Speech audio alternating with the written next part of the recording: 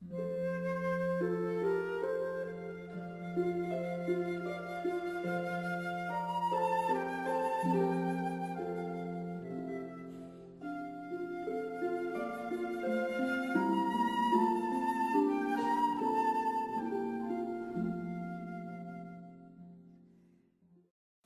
once met a lady who came to our retreats, and she belonged to the group in Glasgow.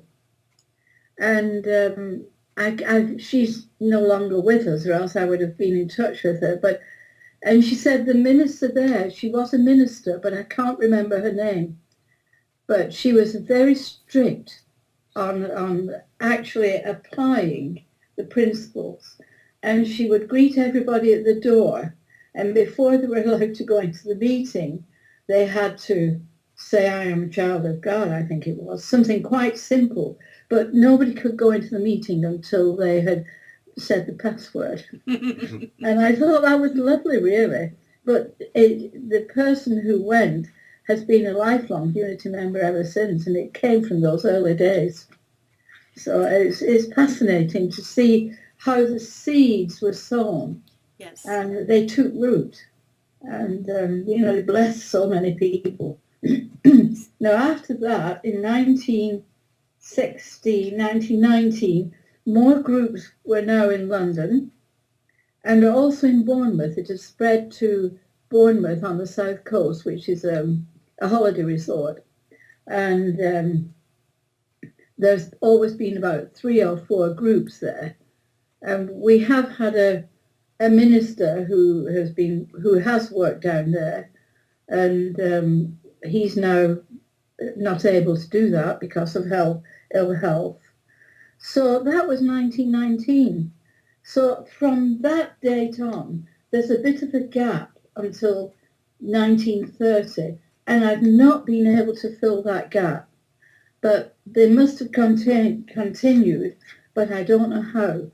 I think they probably, my feeling is they just ticked over without any great expansion.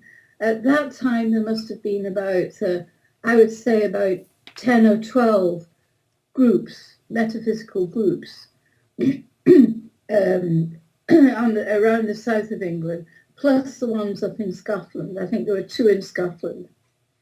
And so there is that gap, which so far I've not filled.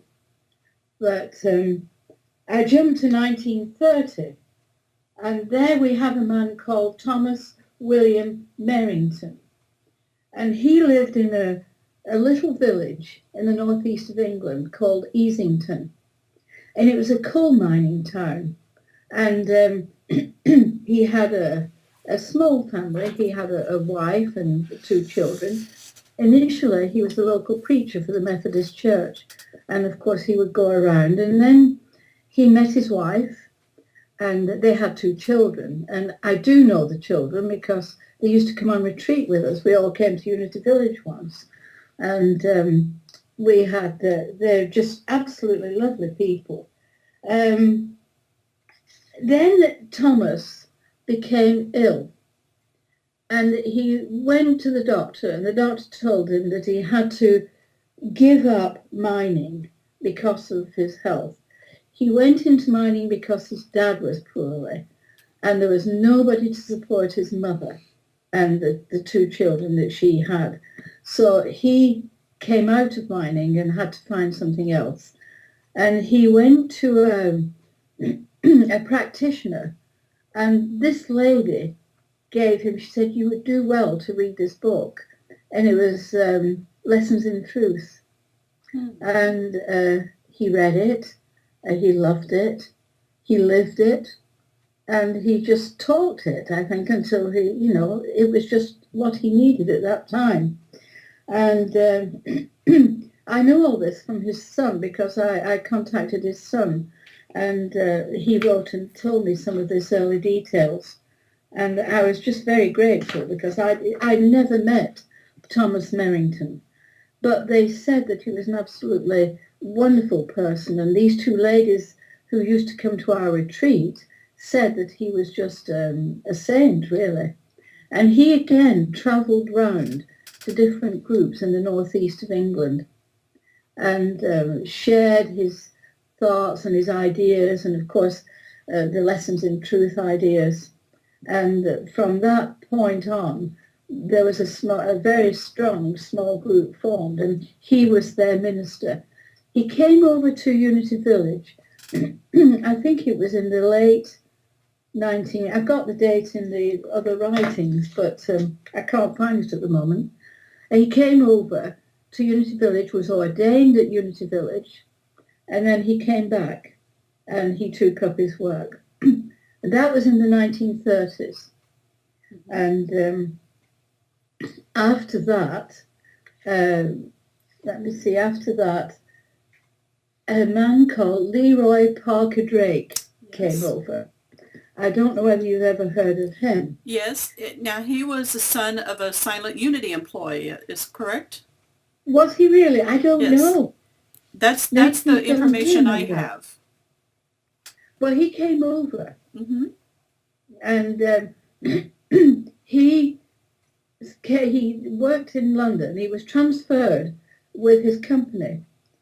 And at this in the offices, he met a lady called Ruth Hacking, and he started talking to her about all the ideas and about unity. And of course, it was just what she was looking for. And she just took it to heart and she loved it. And they would have their own little sessions of prayers and so on. It was just wonderful, really, and study. But he'd no Unity Centre to go to here, so they made their own little one. Mm-hmm. And eventually, Ruth did the course, and she also went over to Unity Village, and she was ordained at Unity School. And that was the I would say it was probably when was war declared? It was just 1939, maybe, 38, I would say, to be safe side. I don't have all these details because I don't have the notes. I have some that I will send to you. What in our archives here, it shows that in 1946, Parker Drake started a unity work in England called Unity House, based on the silent unity principle of mutual prayer and support. And they began publishing their own booklets, magazines, and soon had a mailing list of more than 1,000 people. So I will share that with you. She called it the preset, didn't she?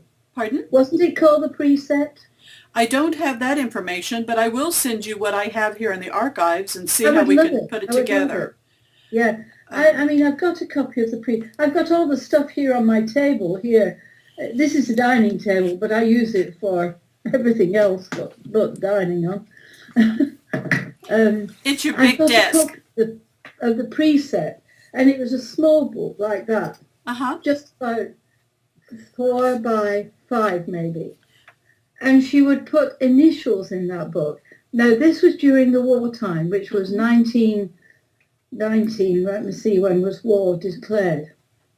19, I don't know, I've forgotten. 1939. Okay.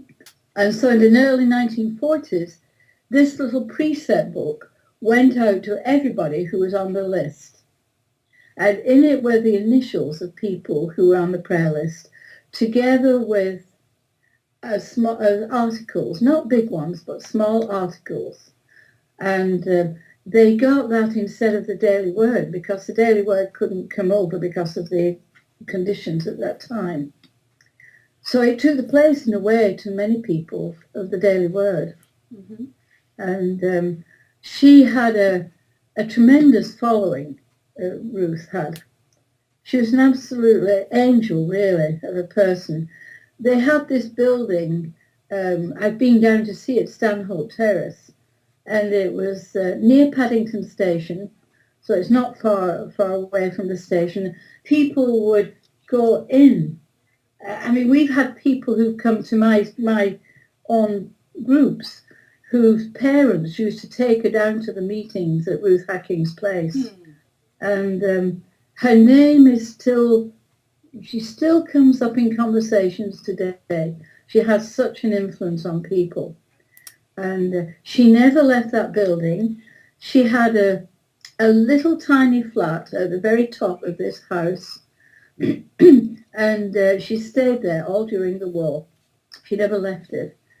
And when I went down to see it, there'd been buildings all around it, because all around that building had been bombed, flattened really. But the one place that was standing was Stanhope Terrace, where the Unity Group was. Isn't that interesting? Very interesting.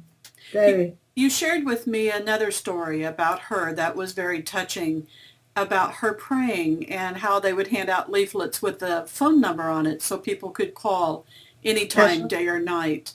And particularly soldiers who were coming through, the military that was coming through England were given that information, and many of them would call. That is correct. For prayer support. You know, people would, during wartime, it's a very tough time. And parents were just worried sick, you know, because it was such a big, well, it was a major war, really. And they would give the sons Ruth's name. And if they were on leave in London, they would say, call in and see Ruth. And they would do. And these were probably 18 and 19-year-olds, you know, they weren't all older people. And so it was very moving. And people still talk about that too. She never left that building.